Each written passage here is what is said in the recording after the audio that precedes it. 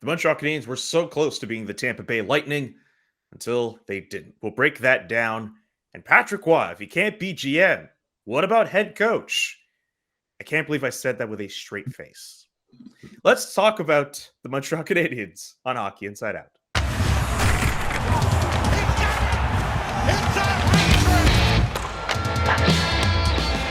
I'm Julian McKenzie, alongside our usual suspects. Stu Cowan from the Montreal Gazette is here. Jessica Rusnak from CBC Daybreak Montreal is also here. And Rick Green, Stanley Cup champion for your Montreal Canadiens, is also here. By the way, your Montreal Canadiens, 3-2 losers at the hands of the Tampa Bay Lightning on Tuesday night. It looked as if they were going to win. They were hanging on. And then 2 late goals, including one from former Montreal Canadian Corey Perry. They end up pretty much victimizing the Canadiens, and they lose that game. So they lose that game. They lost in overtime against the Predators. They had some close results. And on top of that, they continue to add to their list of walking wounded. Christian Dvorak is injured now. Rick, I'd like to start with you for this opening question. I'd like to know your takeaways from that Canadiens Lightning game, and also why are the Canadiens as banged up as they are? They have so many guys either just away from the team from injury or on the COVID list. Like, why is this happening? Well, first off, I think everybody's in agreement. They deserved a lot better than what happened last night. It just seems every game there's ways that they find to lose. And I mean, classic example of Perry's goal. I mean, hitting him in the knee, instead of going outside of the net, it goes right in the net. And it's like going, here we go again. And it just seems, consistent stuff that's happening at bad time. And they just, they shake their heads because they can't understand. And as far as guys on the injury front, that's a tough call. And, to understand why there's so many that are going down with injury is tough to figure out. I mean, is it, like everybody else, they're playing this condensed schedule. They're playing a lot of hockey in a short period of time. Is there something that you can draw between on ice, off ice, rested, not rested? I know years ago when I was in the coaching, we had a spell where we had a lot of guys that were going down, and we were just like trying to figure out why. And I don't know if you can really, put your finger on something other than, it just seems to be typical of what's going on for the Canadiens. They're getting a really lot of bad things happening to them. And of course, injuries doesn't help the situation when they're trying to get some, positivity around the group. And it's a shame to see a game like that to be let go in the last 2 minutes and how it was done. And it's too bad. Rick, do you still have your equipment? Because if these injuries keep piling up, you might be getting a call. It's funny. That's how I ended up going with the Islanders back in 1990. They had like 8 defensemen out, and I said, "You sure you want this team coming back?" But I said, "How much?" I said, "Okay, I'll go." Well, last night's game was a perfect example of how good teams find ways to win and bad teams find ways to lose. The Lightning found a way to win that game in the last couple of minutes, and the Canadiens found a way to lose it. They're, fragile team, and it happened again last night. They had a chance for an empty net goal. Past the Drew line, just misses. That would have wrapped it up. And, as they say in French, quand ça va mal, ça va mal. When it goes bad, and everything's going bad for this team right now. As far as the injuries, a lot of it's just bad luck. And part of it is also now, Jeff Petrie played through whatever injury he had before they shut him down, but they're at a point now where if guys are hurt, just shut them down. The season's over. So, if the Canadiens were still in a playoff line, maybe Jeff Petrie's still playing right now. Maybe a couple of other guys are still playing right now. But they're at a point where losses are going to help them more than wins going forward as far as the draft. And it makes absolutely no sense to risk long-term injuries to Petrie and other guys. And especially if you're looking to trade Petrie, which they might be if they go with the rebuild with Gorton, you want to make sure he's 100% healthy before you let him back on the ice and allow him to prove that he can still play like he did last season. I can't ever remember a drop-off in play for a player as quick as Jeff Petrie this season. This time last year, we were talking about him as a possible Norris Trophy candidate as a top defenseman in the NHL, and he's just been terrible this year. So the injury probably had part to do with that. and they reached a point where it made no sense to keep him playing. And that decision was made after Jeff Gorton came in. So he probably had a big say in that. Like, just sit this guy, let him get 100% healthy before we put him back on the ice. And with Joel Edmondson also, I mean, now he's taking another step back. We don't know when he'll be back. Thankfully, he doesn't need surgery, but it's just been one thing after another with injuries this season, and they just keep piling up. I just want to know who broke a mirror during the offseason and is responsible for all this bad luck that's been around the team.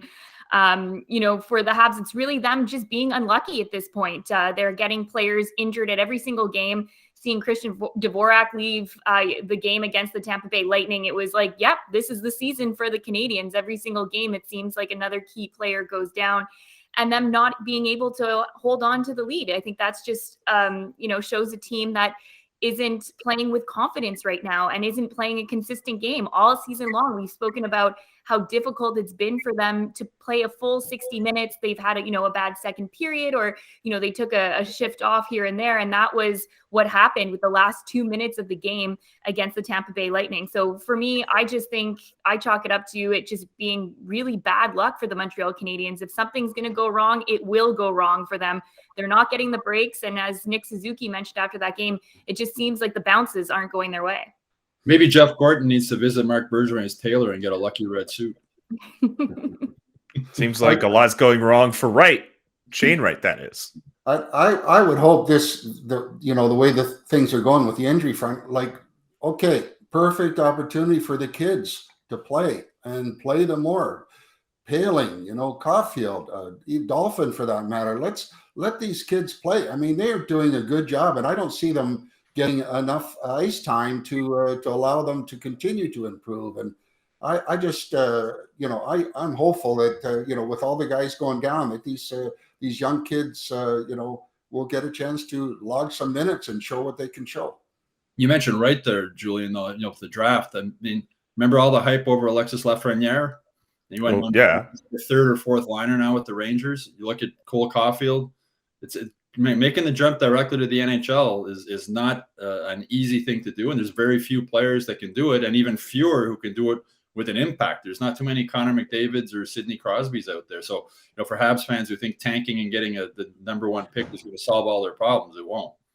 And I mean, if you're talking about tanking for a generational talent, you could even make the argument the Canadiens might be doing it a year too early, because Connor Bedard is looking like the generational talent, and he's not going to be available until 2023. Another bow I'll tie up here. Rick Green mentioned a whole bunch of young players who deserve some ice time. One guy he didn't mention was Matthias Norlinder. We're going to get to that in a bonus episode of this show coming later this week.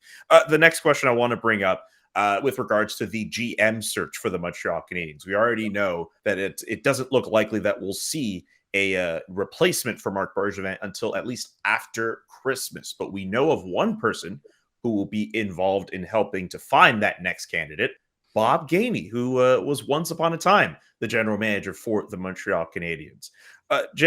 Stu, actually, what do you think about Bob Gainey involving himself in this GM search for the Montreal Canadiens? Well, I don't think it's him involving himself. I think it's Jeff Molson reaching out and asking Bob Gainey if he would do it, because I know I spoke with Bob Gainey, I guess it was last season, the season before, I guess, when they had that captain's night at the Bell Center and they brought back all the former captains, and he was enjoying his life as a grandfather and happy to be away from the game. But he also said at the time that he still followed the NHL. He still kept, he still talked with people he knew around the league. So it's not like he had totally tuned out.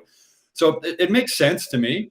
I mean, Bob Gainey's won Stanley Cups as a captain. He won a Stanley Cup as a GM in Dallas. He knows everything that is involved with being a GM and a player with the Canadiens. So it makes sense to me. I mean, to bring him in and get his advice, it can't hurt. I just hope it goes better than it went with Serge Savard, who Jeff Molson brought in 2012 to help with the search for Marc Bergevin. And Serge Savard recommended Marc Bergevin and was told, according to Serge Savard in his book, that Molson told him at the time that they wanted him to stay on as a consultant and they were going to offer him a position.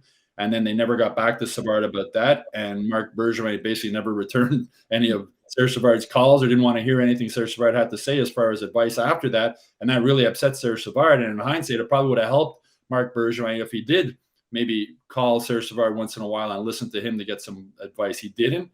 Serge Savard was really, really upset by it. It really turned him off and left a bad taste in his mouth with the Canadiens. And there's quite a few former players who have a bad taste in their mouth about the Canadiens. Larry Robinson is one. There's a few out there that haven't liked the way the older players have been treated in recent years. So it makes sense. But as I said, I just hope it ends better as far as the relationship with Gainey and the Canadiens than it did for Serge Savard. Yeah, I don't see why not bring Bob Gainey in as a consultant to help find the next GM. I think some people overreacted to this news. They almost made it seem like Bob Gainey was going to be a GM that would stay on after the next person was going to be hired. But, Jeff Gorton is new to this market, new to the franchise. So why not have a guy like Bob Gainey, who has tons of experience, who lives here, as you mentioned, still involved in the hockey world. It's not like he's been, out fishing in Florida for 10 years and then they call him back in to get his expertise. So he's someone who is still on the pulse of the NHL. Bring him in, get his advice, get his insight on who they think will be the next guy who can lead this franchise. So I think it's a great thing to do. Use him. He's at your disposal. And, hopefully it will work out to be able to pick out the right person for this GM job. And why not use his experience? He was around the game a lot. He knows what's involved in being a GM. But let's face it, Gorton is the guy that, is going to be a hands-on guy, even though we hear that it's going to be working together with the GM. That's going to be the critical point of the hiring. But he can hand his 2 cents worth in on what his feelings are, and like I said, take advantage of that knowledge that he has in the game, and see if he can help find some guys through his travels that can maybe help the organization. And obviously they need some help, and I have to say, even though he's back into the mix, I still have no hard feelings for him firing me and Claude back in 2006. I was wondering if that was going to come up at all. I don't know if that was a sore spot for you or anything. Well, let's just face it, or say that the phone call in the morning was not the one that I was excited to hear. But anyways, life in the entertainment business. Well, I would think and certainly hope that Molson spoke with Gorton before bringing in Bob Gainey to see if he wanted the advice. Because if you bring in this guy in to be your executive vice president of hockey operations, then you're going out to find somebody else to help him in the search for a GM without checking with him if he wants that advice. I don't think would be a smart move. And if and you'd have to think that did happen, and if Gorton did accept it, confident people who lead any business are not afraid to surround themselves with good people, and maybe people who might not agree with them. And it goes back to what I was saying earlier about Marc Bergevin. Like, why wouldn't Marc Bergevin call Serge Savard? He was a rookie GM. He didn't know a lot. Just to get another viewpoint. You don't have to agree with him, just to hear what he had to say. I mean, the guy, Serge Savard's record speaks for itself. And it's surprising that Bergevin wouldn't use that, use him as just the sounding board, even just to see, what do you think about this? And in the end, you make your own decision. So for Gorton, from his first press conference, he certainly seems like a confident guy. And you have to think Molson probably went to him and said, would you like me to bring in Bob Gainey to maybe help? And I guess that happened. And he said yes. So good for him for being willing to listen to what a Hall of Famer and one of the greatest Canadians in history who has an experience as a player and a GM would have to say. To me, it makes sense. And from my understanding, Marc Bergevin did not want any of the older Canadian players that had been through the organization one way, shape, or form to get involved in any part of it. So that being said, basically, stapled the opportunity closed, that they weren't going to show up in any capacity. And you could understand more. Sorry, go ahead, Jess. Well, I was going to say, I think a perfect example was like when Victor Mete met Stéphane Richer at the Habs golf tournament and had no idea who he was. It spoke volumes that's how there is a distance between the alumni from the Montreal Canadiens and the current players were when Marc Bergevin was the GM of his team. Well, you could understand that more if Bergevin came in with a lot of experience as a GM, but he didn't. And then I mentioned Larry Robinson before. You got to remember, Bergevin had an opportunity to hire Larry Robinson as an assistant coach, and he chose Jean-Jacques Daigneault instead. And I think part of that was maybe Michel Therrien was worried Larry Robinson would be looking over his shoulder for the head coaching job. But I've spoken with Larry after that, and he had no interest in being head coach. He didn't want to have to talk to us. He didn't have to deal with the media. He didn't want to have to do any of that stuff. He just was interested in coaching and helping the defenseman. It's hard to imagine any other franchise in the NHL choosing Jean-Jacques Daigneault as an assistant coach over Larry Robinson. That's not a knock on Jean-Jacques Daigneault, but when Larry Robinson's available to help you out, I think it's probably a good idea to maybe hire him. And you look what happened when he went to St. Louis and he helped out their defense there, and they ended up winning the Stanley Cup. It's time to talk about the people's choice for GM of the Montreal Canadiens, Patrick Roy. We already know about the fact that he went to the media and said, hey, I could do the job. Jeff Gorton seems to know who he is. And fans were already chanting for Patrick Roy. I think the same game when that jersey was thrown onto the ice. Seems as if there's a long list of candidates that might have a better chance at the GM job than Patrick Roy. So what about head coach? I say no, but I'd love to know what you all think. I agree with you, Julian, that, there is this love affair with Patrick Roy and the Montreal Canadiens fans. And I get it because he did so much for this team as a player. But for him to take on a job as the head coach of this team, I just don't think it's a right fit. Now, back in April, he hired Neil Glasberg, an agent who represents a lot of NHL coaches, because he said he's interested in getting back to the NHL and coaching. So far, his phone has not rang from any other NHL team. So why is it with the Montreal Canadiens, he's the only team that it seems like it's the right fit? If he's that good of a coach, why are more teams not going after Patrick Roy? And so far, in the last week or so, there's been coaching vacancies in the NHL, and he was not hired to replace there. So I don't think he's going to be the guy who's going to be able to put this franchise back on the map. Yeah, he was hired in Colorado. He had a good first year in his coaching career there. But then after that, they didn't make the playoffs. And I think it will be more of a distraction away from the ice. Just even think about his fight that he had with Bruce Boudreau, where the glass separating the two benches was getting pushed back and forth. He got fined $10,000 for that. I just don't think that he's the right person to lead this team in the future of the Montreal Canadiens as they're trying to rebuild and sort of change the culture. And Boudreau has a job now, That's true. which is funny. Well, Anyway, Rick. I agree with you, Jess. There was vacancies that were available. His name was not brought up for, I guess, obviously some reasons. He had 3-year stint with Colorado, did okay, nothing great. But listen, Won a Jack Adams trophy. I'll give him that. Yeah, but let's face it. The GM of the Montreal Canadiens is going to select his coach. So let's get the GM in place. Patrick Roy doesn't seem to fit the type of personalities that are involved in the upper management. So I think it would be a real long shot to see this guy come in and try and mesh with the personalities of the one that are already in place. As Jess mentioned, when his agent put his name out there last season, I believe it was when the Canadiens were really struggling, and the timing of it was quite interesting because there was a lot of heat on Marc Bergevin at that time. The agent, of course, said, no, it has nothing to do with that. And of course it did. But, he said he was interested in any GM job or any NHL coaching job, and nothing, cricket since then. Roy didn't do himself any favors by going to the media and pushing for the GM job. But I think, as I wrote, I think he knows he's not going to get it. And he figured, okay, I'm going to throw my name out there and start stirring the you-know-what a little bit. And it did. I mean, at Gorton's news conference, I think 4 times he was asked about Patrick Roy. He had a great line. Said, yeah, I've heard of him. With Roy, speaking with his agent, and he was telling me, he says, people remember the Patrick from 10 years ago, but he's a changed man. He's 56 or something now, and he's different, and he's got a great hockey mind, and he's not the same Patrick that people remember. People can change. I don't know how much Patrick Roy's fiery temperament could really change. He had that, you mentioned that job in Colorado. He left it suddenly because he didn't think he had enough say in player development, and he left Joe Sakic in a bit of a bind. It was like a month before training camp started when he said he wasn't coming back. That doesn't go over well. We remember how his career in Montreal ended. It ended him blowing his cool. And so as a GM, I can't see him.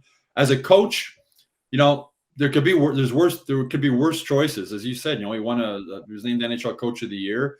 He has coaching experience with the Nordiques. He has instant credibility when he comes in the room, something that Dominic Ducharme I don't think had.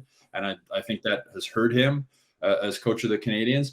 But if Patrick Roy was indeed a changed man and like was coming here just to coach and just focus on coaching and not worrying about control and not doing whatever, I could see it working.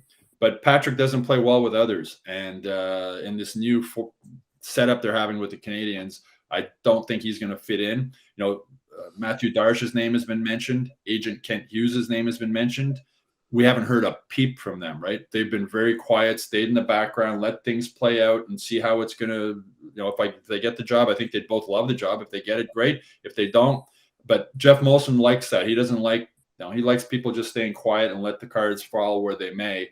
And as I said, I think Patrick Roy knows he's not going to get the job. He started stirring it up. He was very successful doing that. And I think if he was brought into the Canadiens, he would have his eye on being in full control. And one of his first goals would be to get Gorton's job. And he would have people in the French media in Montreal that would be more than willing to help him, as we've seen already. Well, I think if you look at Patrick Roy's current situation, and we're talking about playing well with others, he's the owner of the Quebec Remparts, he's the general manager, and he's the coach. So he's only answering to himself. So it's kind of hard to believe that he's someone that does like, working together as a group and that will listen to other people when his current situation right now is not that. And then he ended up leaving Colorado because, as you mentioned, he felt he did not have enough input and went back to the situation where he only has to answer to himself. And as we actually, there's been a lot of coaching vacancies come up and GM vacancies, and his name isn't even mentioned apart from in Montreal. You don't hear his name mentioned anywhere else around the NHL, and that's because of his reputation. And as I said, his agent says he's changed, but how much? And personalities are really key in getting along. I mean, you gotta fit the mix, and it's not easy, but it's obviously more. The chances of success are greater when you have a good working relationship.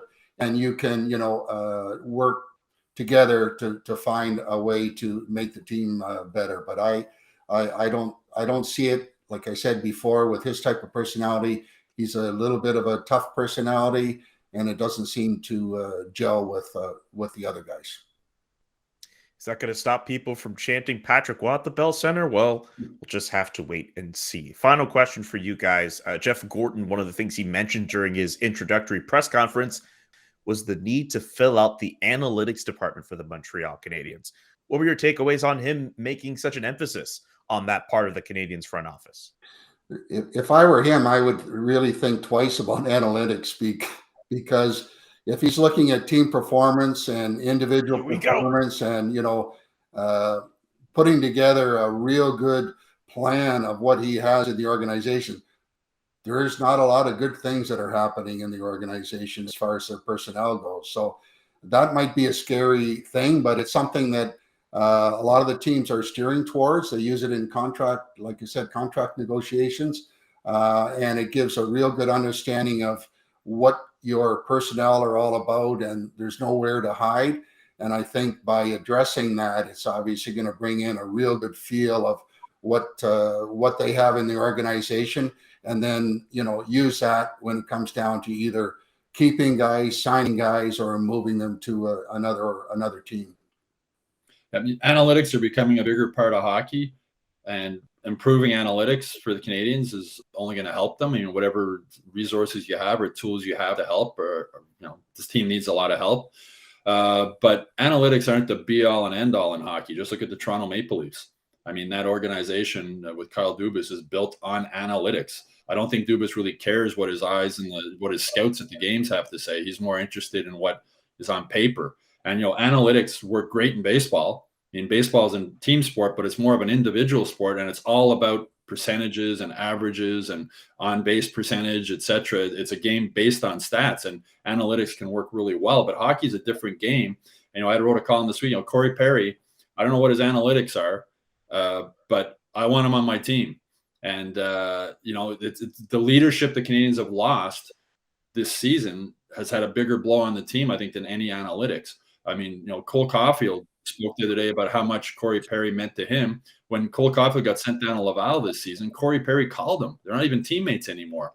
And to think that, Corey Perry's a guy that sort of is talking to Cole Caulfield makes you wonder, who around the Canadiens now is still talking with they're helping these young guys. So analytics are fine, but the Toronto Maple Leafs are living, breathing, and skating example of how analytics aren't the be-all and end-all when it comes to hockey.